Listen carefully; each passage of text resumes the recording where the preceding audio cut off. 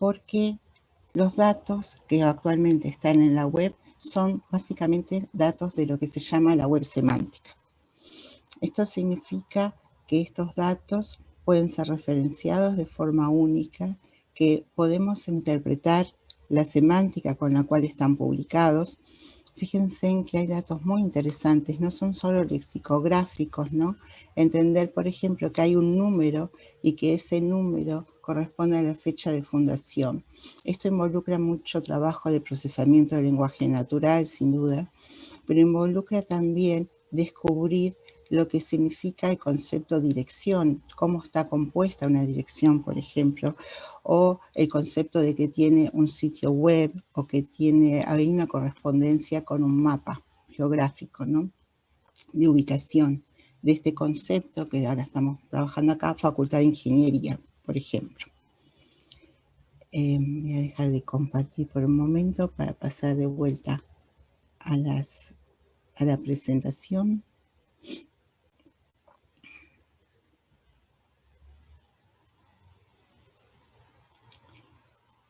Entonces, la pregunta es, de este tablero de Google, ¿cuál sería el modelo que podemos ver para poder lograr pensar, interpretar y razonar sobre esa integración de datos?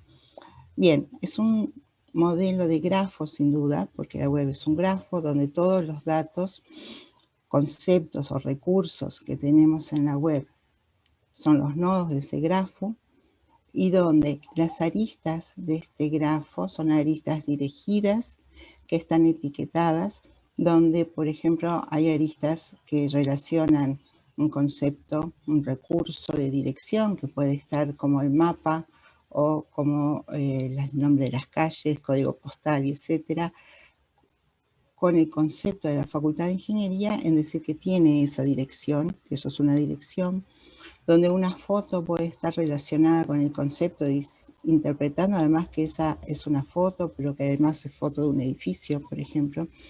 O sea, hay muchos conceptos complejos que están incorporados implícitamente a veces en este grafo. Por ejemplo, la relación de que la Facultad de Ingeniería tiene un edificio y nos enlaza con la foto del edificio.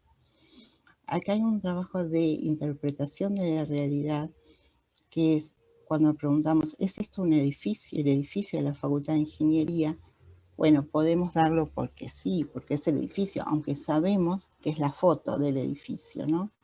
Entonces, lo que tenemos aquí es un modelo conceptual, o sea, es una interpretación de las cosas, los recursos, los objetos del mundo real, como por ejemplo el edificio de la Facultad de Ingeniería, pero que lo estamos representando por la foto, podría ser por el plano, podríamos tener distintos elementos que nos damos como la interpretación válida del objeto. Esa interpretación, además, la estamos realizando en un universo de discurso donde tenemos un consenso. Por ejemplo, el consenso de lo que es una dirección, el consenso de lo que es, por ejemplo, año de fundación o teléfono. O podríamos tener dirección de correo electrónico, sitio web con formatos, ¿no? Ya preestablecidos, por ejemplo, el sitio web o el correo electrónico, para saber validarlos, por ejemplo. Entonces, toda la web la podemos ver probablemente siempre como una base de datos, donde tenemos todos los datos. Recurrimos muchas veces a esta web para hacer consultas de información. Pero realmente el modelo con el cual estamos trabajando no es un modelo de base de datos. Básicamente porque es un grafo y básicamente porque el objetivo que tiene, por más que sea un gran repositorio de información, es diferente, ¿no? El objetivo en las bases de datos está ubicado en lograr que se cumplan las propiedades ACID de las transacciones que se hacen sobre esa base de datos. O sea, que sean siempre transacciones que dejan la base de datos consistentes, que se hacen de forma aislada, que siempre dejan datos durables. Mientras que acá el objetivo de publicar datos y ir a acceder a esos datos, está ubicado en los conceptos que se llaman FAIR, ¿no? Del inglés.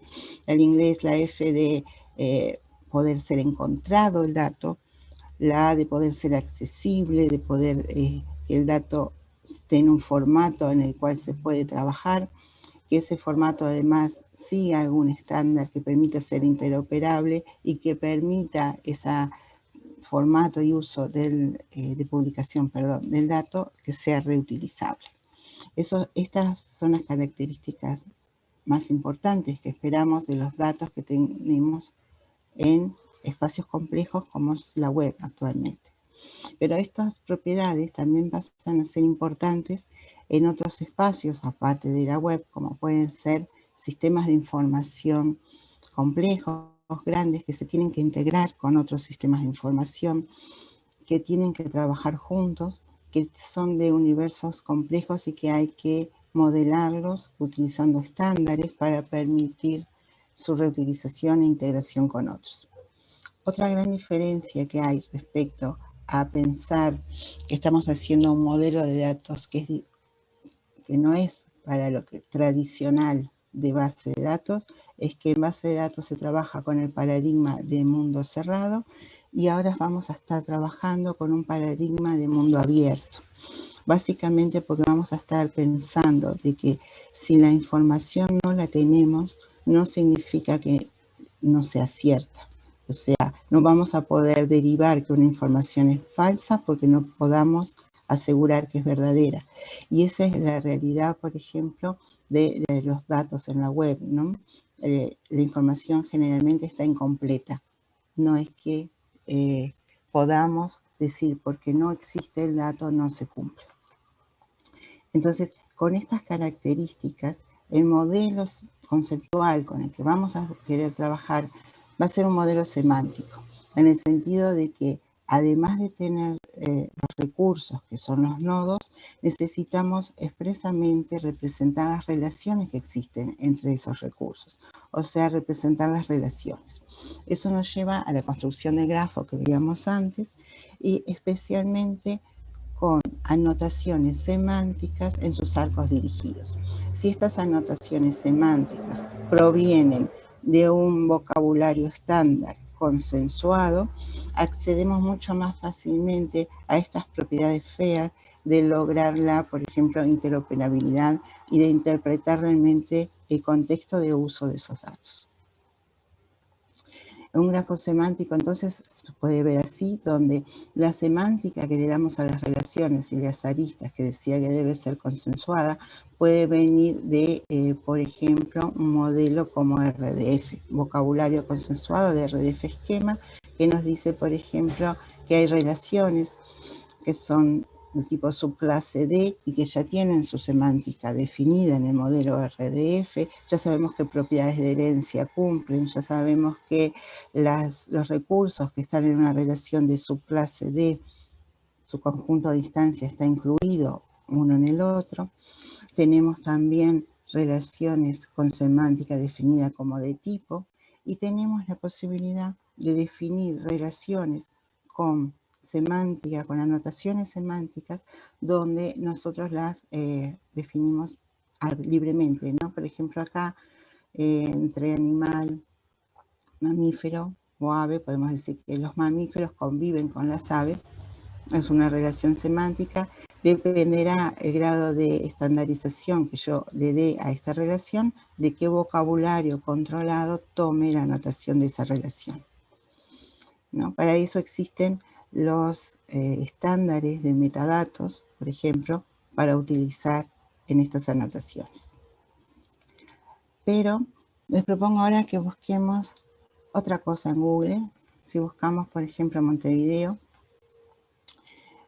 Montevideo van a ver que en Google sale diciendo que es la capital de Uruguay. Efectivamente, hay otros Montevideos, hay Montevideo en Estados Unidos también, hay un departamento en el país que es Montevideo, pero lo primero que aparece y el tablero que se construye es que Montevideo es la capital de Uruguay. ¿Qué diferencia hay ahora en ese grafo cuando se dice que Montevideo es capital de Uruguay? ya deja de ser únicamente un grafo de datos o un grafo semántico con relaciones anotadas, sino que le agrega la posibilidad de hacer inferencias, porque que Montevideo es capital del Uruguay, si tenemos la afirmación, si conoce ese grafo, si tiene asociado afirmaciones como que todas las capitales son ciudades, hay un conocimiento implícito que es posible de ser inferido, que es que Montevideo es una ciudad. Entonces, cuando al grafo de datos se le agrega una base de conocimientos, se habla de que estamos trabajando con un grafo de conocimiento. O sea, ese grafo de datos, más donde se convirtió a grafo semántico para lograr la interoperabilidad, y si le sumamos una base de conocimiento, logramos la inferencia de conocimiento, de datos que estaban implícitos, expresados a nivel conceptual en la base de conocimientos. Por ejemplo, una base de conocimientos se define por dos componentes que tiene, ¿no?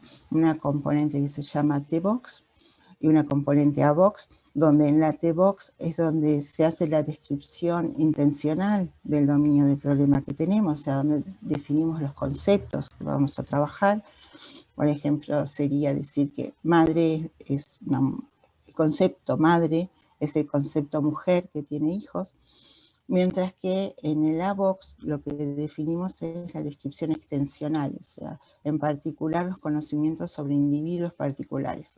En la A-Box podríamos tener algo que dijera Regina es madre.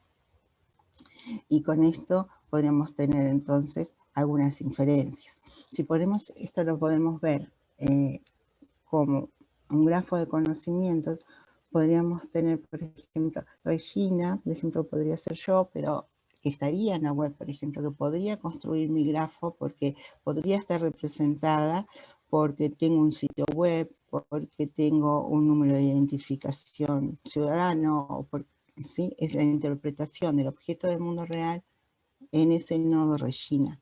O sea, no quiero aclarar bien que este nodo Regina, y cuando hablo de Regina, no es el string del nombre Regina, sino que es el concepto que interpreta un objeto del mundo real, que es Regina, y que en un grafo, por ejemplo, si usamos identificadores únicos, podría ser una URI, una URL, y podría estar representado por esa URI conteniendo una cantidad de propiedades que describen ese concepto. Por ejemplo, decir que el concepto Regina es mujer, decir que tiene hijos, decir que tiene mail, decir que tiene dirección, todo eso, construimos así el grafo. Si le sumamos la base de conocimientos, que es el formalismo, que permite declarar con un lenguaje formal, en este caso, el lenguaje con el cual lo voy a escribir a esa base de conocimientos es lógica descriptiva, donde en lógica descriptiva acá estoy diciendo que madre es un concepto que está incluido en el concepto mujer y en el concepto que existe, siempre existe, que si tiene un hijo, si tiene la relación, tiene hijo, esa tiene que ser persona. Las dos cosas tienen que cumplirse, ¿no? Esta es el AND, lógica de primer orden. Y en el A-Box estoy diciendo que Regina es mujer y tengo otro axioma en el A-Box que dice que tiene hijo Regina Moni. Esta base de conocimientos permitiría entonces inferir que Moni es persona. Aunque no estaba en el grafo esa relación, aunque no lo teníamos explícitamente, pero por la definición de conceptos que decimos que la relación tiene hijos, tiene siempre un rango sobre un concepto persona, entonces que Moni es persona es una inferencia. Entonces, esto es lo que ocurría cuando buscamos Montevideo, que Montevideo dice que es capital del Uruguay, y se infiere que Montevideo es una ciudad, y eso hace que aparezca inmediatamente un enlace entre el concepto, o una ampliación en este caso, ¿no?, del concepto ciudad, Montevideo capital, ciudad con todas las propiedades que tiene una ciudad.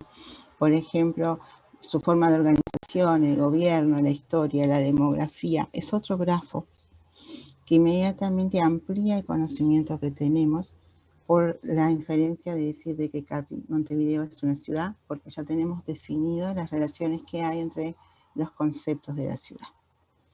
Entonces, utilizar este tipo de modelos, esto es una ontología, lo que estoy usando, la base de datos de conocimientos que estoy usando es una ontología, permite facilitar esas propiedades FEAR que teníamos, especialmente para la integración, en este caso que lo estábamos mostrando, la ampliación, el enlace de conceptos nuevos. Hay una definición muy usada de ontologías de Stuber del año 98 que dice que la ontología es una especificación formal y explícita. Lo de formal, que sea explícita, es la base de conocimientos, ¿no? Lo que solo vale los conceptos a nivel de conceptos que tenemos en la base de conocimientos. Fíjense, esto puede hacerse en diferentes lenguajes. Uno de los lenguajes es en lógica descriptiva. Hay otros, por ejemplo, FLogic, se podría usar otra. A nivel de la W3C, que es el consorcio que define los estándares para la web, por ejemplo, se ha dado el uso de lógica descriptiva como el estándar y el apoyo al lenguaje OWL como estándar para manejo de las ontologías. Y además es importante que la especificación formal y explícita que tenemos sea sobre una conceptualización compartida. Esto quiere decir que la conceptualización es sobre una parte del universo, es el universo del discurso del que estamos hablando, es el dominio. Por ejemplo, estoy hablando de ciudades y tengo allí lo que significa todos los conceptos de ese dominio, de ciudades, pero que sea compartida, o sea, que sea estandarizada, que use vocabulario controlado. Eso es lo que esperamos para lograr los objetivos de poder integrar, compartir, reusar e interpretar correctamente en el contexto cada uno de esos conceptos.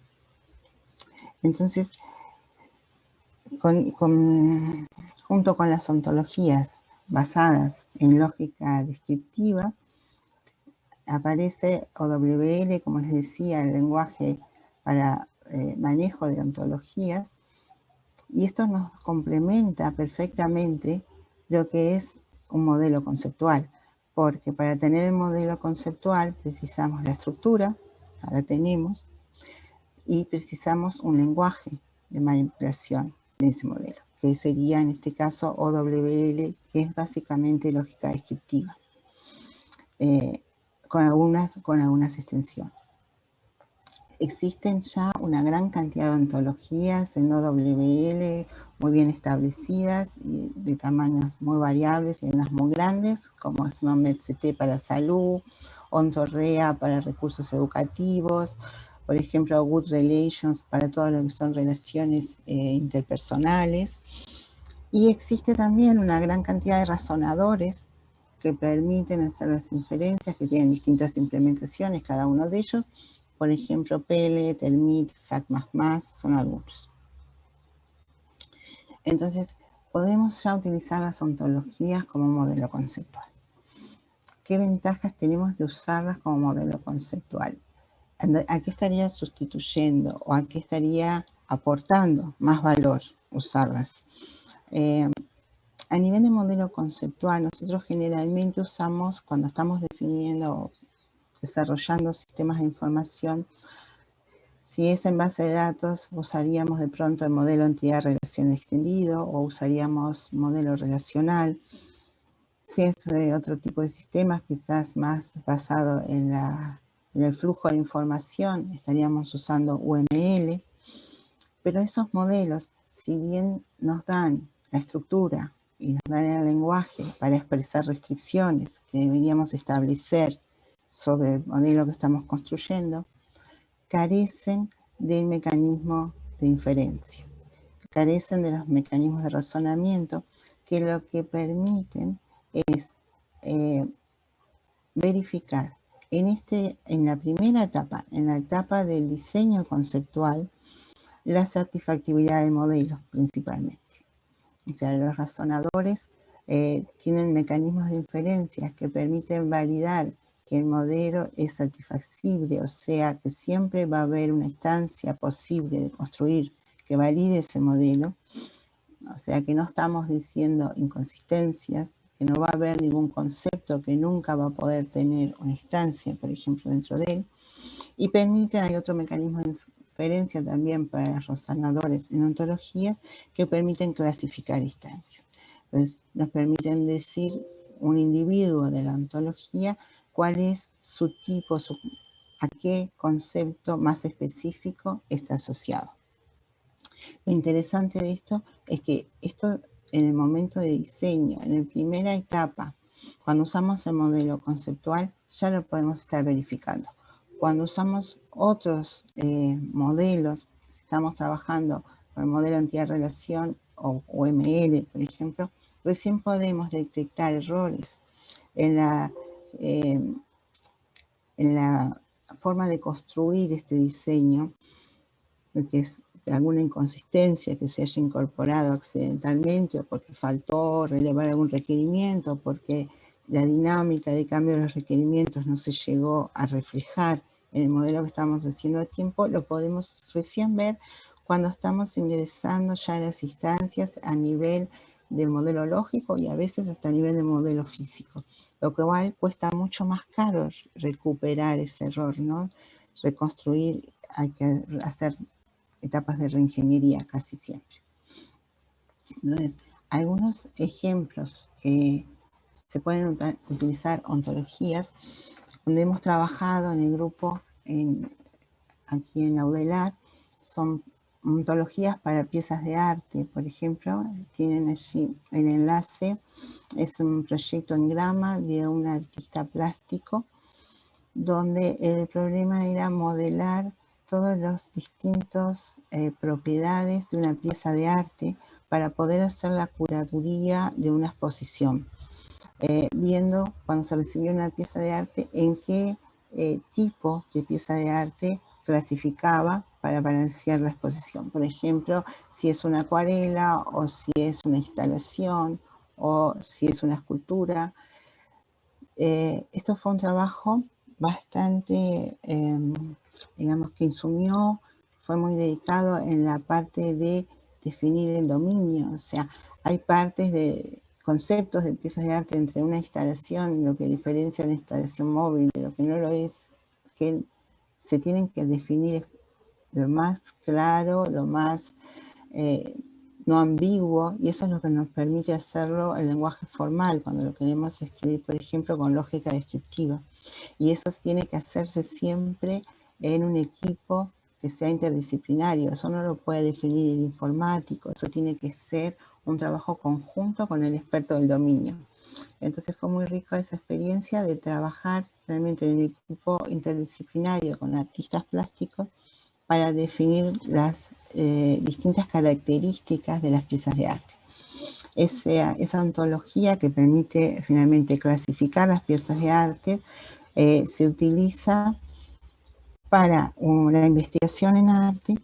En el link pueden ver el proyecto en grama, es eso, es una investigación en arte usando la ontología para clasificar, que redujo muchísimo los tiempos de resolución de la clasificación de la curaduría de las exhibiciones. O sea, si bien el tiempo de construir la ontología fue un periodo de mucho esfuerzo por el trabajo interdisciplinario y por la formalidad que había que tener para escribir todas las restricciones, se ganó finalmente mucho tiempo en el uso luego de esa ontología. El trabajo que llevaba antes varios meses para una sola exposición, con la ontología se hizo en horas, ¿no? Esa fue la gran diferencia. Después, otro ejemplo que quería comentarles es en el diseño de sistemas de data warehouses, de la construcción de data warehouses, utilizar las ontologías también aporta muchísimo en la comprensión del dominio y las etapas de integración de datos. También hay trabajos en ontologías para tutores inteligentes, ontologías para sistemas recomendadores, y ontologías para unificar perspectivas. Le voy a comentar brevemente de estas que mencioné. En las ontologías para el diseño de data warehouses se basa primero en una ontología de dominio. Si el data warehouse va a ser para salud, va a haber una ontología que describa los conceptos de salud. Si el data warehouse va a ser para comercio, tendremos una ontología que es de comercio, ¿no? Y recuerden también que si al utilizar la ontología del dominio, estamos utilizando también dentro de esa ontología la estandarización de los conceptos. Entonces, esa ontología de dominio específico va a tener conceptos estándares, de metadatos estándares, consensuados, que van a facilitar la extracción y la interpretación desde las fuentes de datos que construyen el Data Warehouse, que son independientes y autónomas y que pueden estar usando diferentes nombres para modelar los mismos conceptos. Entonces, el primer rol de la ontología allí es de una ontología lingüística, primero que nada, para identificar cuáles son los conceptos que hay que extraer, pero no solo lingüística, sino que además, usando las relaciones que tiene entre otros conceptos del mismo dominio, puede identificar cuál es la semántica del concepto, no solo el término. Por ejemplo, si estamos buscando para un diseño de data warehouse de movilidad, por ejemplo, vehículos, y lo que una fuente está ofreciendo son motos, o sea, que una moto es un vehículo, o cuáles son los tipos de vehículos que podemos tener, eso nos dice la ontología del dominio, ¿no? Entonces, en la construcción del diseño conceptual multidimensional que estamos haciendo para el Data Warehouse, la ontología ya nos da pautas de cuáles son las dimensiones sobre las cuales tenemos que diseñar. O sea, si hay una dimensión de vehículos, y en esa dimensión de vehículos aparecen todos los posibles vehículos, desde motos, autos, aviones. Lo que facilita también la ontología en el diseño del Data Warehouse es la extracción, como decía, la transformación y la carga al Data Warehouse, permitiendo hacer los roll-ups en el Data Warehouse basados en los conceptos que ya están identificados. En el otro ejemplo de ontologías para tutores inteligentes, los tutores inteligentes básicamente tratan de modelar al estudiante para ser personalizados y dar material de estudio y ofrecer un contexto de trabajo al estudiante personalizado. Entonces, aparece acá la necesidad de tener un modelo de aprendizaje, un modelo del estudiante y un modelo del contexto muy bien definidos para poder ser integrados. La forma de definir estos modelos, tanto de aprendizaje o de estudiante o de contexto, es también a través de ontologías. ¿Por qué? Porque podemos razonar a nivel conceptual de que en dónde impacta, por ejemplo, tener por ejemplo, un ciclo de vida dentro de un curso de algunas evaluaciones, lecturas, ejercicios para cierto estudiante, con cierto perfil de estudiante, que sea analítico, que sea holístico, o como está descrito. Lo que vamos a establecer son las relaciones, ¿no? Las relaciones de cómo un ciclo de vida de recursos educativos dentro de lo que es el modelo educativo impacta o sirve para cierto estudiante sin pensar necesariamente en una implementación exacta de eso, pero sí podemos razonar y ver si hay inconsistencias a ese nivel conceptual usando la ontología. Bueno, esta figura no les voy a entrar en detalle, pero lo que les muestra es que cuando integramos varias ontologías, en realidad podemos pensar que estamos trabajando con una única ontología donde están integrados los otros dominios, o podemos pensar también, según el caso es lo conveniente, que lo que construimos es una red de ontologías, donde podemos navegar de una a otra. La diferencia es importante, porque cuando integramos en una única ontología, es una única ontología que va a tener su razonador, que va a dar sus inferencias, como normalmente lo hacen las ontologías, una única. Cuando trabajamos con una red de ontologías, tienen que tener en cuenta que cada una de las ontologías fue construida de manera independiente, fue validada de forma independiente, tiene un conjunto de axiomas independientes que puede ser que al conectarlas, las inferencias que tengamos, que el razonador tiene que realizar a través de las nuevas relaciones con las cuales las estamos integrando, pueden llegar a dar inconsistencias. En los modelos de verificación de las inconsistencias en una red de ontologías es mucho más complejo de resolver que dentro de una única ontología. O sea, es en diferentes implementaciones de los razonadores de cómo trabajan con varias ontologías. Eso ha llevado a que hay varias teorías, hay varios autores que trabajan en distintas formas de modularizar y volver a integrar las ontologías. Esto es del mismo concepto de ingeniería de software, ¿no? De trabajar con módulos de ontología, pero el problema es cuando los vamos a integrar, si los fusionamos y los construimos en una nueva ontología, resolvemos las inconsistencias, pero si los vamos a trabajar como una red, no podemos modificar las otras ontologías tan libremente porque, bueno, son estándares, porque ya están validadas por los expertos del dominio, nosotros solamente las estaríamos usando. Y cuando ocurre una inconsistencia en esa red, hay que detectar claramente qué es lo que debe modificarse. O sea, no necesariamente la ontología es la que está mal, sino quizás lo que esté mal es la forma de relacionarse. Las formas de relacionarse pueden ser varias, ¿no? O sea, podemos tener relaciones a través de conceptos que son los mismos.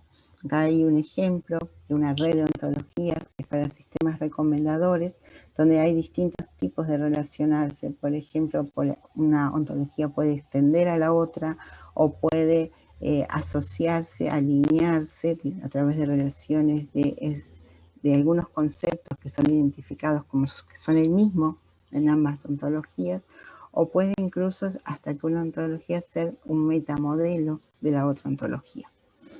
En este caso de sistemas recomendadores, la aplicación era para un sistema de salud donde se querían recomendar sitios de salud a distintos perfiles de usuarios, ¿no? Entonces, lo que se recomienda es el sitio web, acá en la segunda columna en amarillo, eso es lo que se va a recomendar. Cada uno de esos sitios web que vamos a analizar, por ejemplo, nos interesa que el contenido sea de salud, y dentro de salud hay varios subdominios. Entonces, por ejemplo, si nos concentramos en COVID o si nos concentramos en Alzheimer o si vamos a tener descripciones específicas para describir esta parte del subdominio. Y eso va a estar relacionado porque cuando queramos recomendar un sitio web que habla de Alzheimer, tenemos que identificar, bueno, que está hablando de salud, pero que además está especializado en temas de Alzheimer, ¿no? Y cuando queremos recomendar, tenemos que pensar con qué criterios lo vamos a recomendar.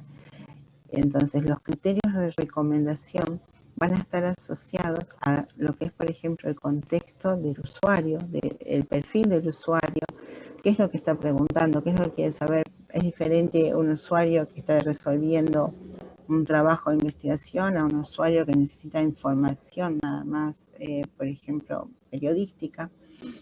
¿Para qué es que quiere esa información? ¿No? Todo eso construiría el contexto de la consulta. ¿Por qué una consulta? Recomiéndeme sitios de salud de Alzheimer para algo. Es necesario saber eso para el criterio de recomendación. Y el criterio los criterios de recomendación, a su vez, también los podemos modelar, los podemos especificar en la ontología y podemos medir, bueno, el criterio de recomendación va a usar una métrica, cuál es la calidad de esa métrica, encontrar datos de buena calidad en los sitios web para ser usados en la métrica. Este sitio web tiene un dato de buena calidad que le puede ofrecer a la métrica para que el recomendador pueda aplicar criterios de acuerdo a los contextos para recomendarlo. Entonces, acá el uso de la ontología asegura, hay una ontología específica de calidad en todas las métricas de calidad y está muy asociada además a la calidad final del sistema recomendador, porque la detección de las inconsistencias o la no satisfactibilidad del modelo que estamos construyendo a nivel conceptual ya va a asegurar una mayor calidad de datos del sistema al final. Y lo interesante acá, en temas quizás de investigación que pueden estar interesados en ver, es cuáles son los distintos tipos y cuál es la formalización, como les decía, de las relaciones que se establecen entre las distintas ontologías, viendo especialmente que en la red, cada una de las ontologías que forman la red son de dominios diferentes. Y eso sería una clave para indicar que no las vamos a tomar una ontología de base e incorporar las otras, integrándolas, sino que vamos a construir una red. Cuando diferencio esta parte de la red a cuando trabajamos dentro del mismo dominio, pero sin embargo, dentro del mismo dominio también podemos ver que hay distintas perspectivas, especialmente perspectivas distintas en niveles de modelado de la información. Por ejemplo, podemos tener a los expertos que son quienes definen los procedimientos que tenemos que realizar dentro del sistema, y tenemos a los que ejecutan y escriben los procedimientos para que sean luego realizados varias veces, ¿no?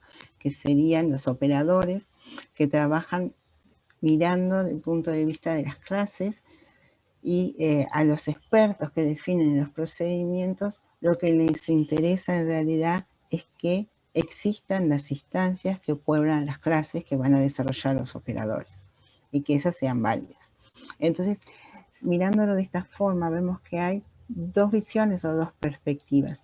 El mismo concepto del mundo real para uno de estos usuarios del sistema, digamos, puede estar visto como una instancia, mientras para otro puede ser un concepto o una clase. Podemos tener, por ejemplo, un sistema que nos está modelando lo que son los recursos naturales que tenemos en el país, y entonces lo que hacen política sobre recursos naturales serían los expertos que definan cuáles son los procedimientos que tenemos que trabajar sobre instancias de un modelo más general. Por ejemplo, en los recursos naturales tenemos ríos, tenemos lagos, pero luego cuando se van a implementar los procedimientos para que realicen esos trabajos sobre los ríos y sobre los lagos, como clase, en realidad tenemos allí un conjunto de ríos, un conjunto de lagos, con sus nombres, con sus características especiales, ¿no? Que van a ser las instancias, en definitiva, que se quieren, mantener como recurso natural, ¿no? Pero para el trabajo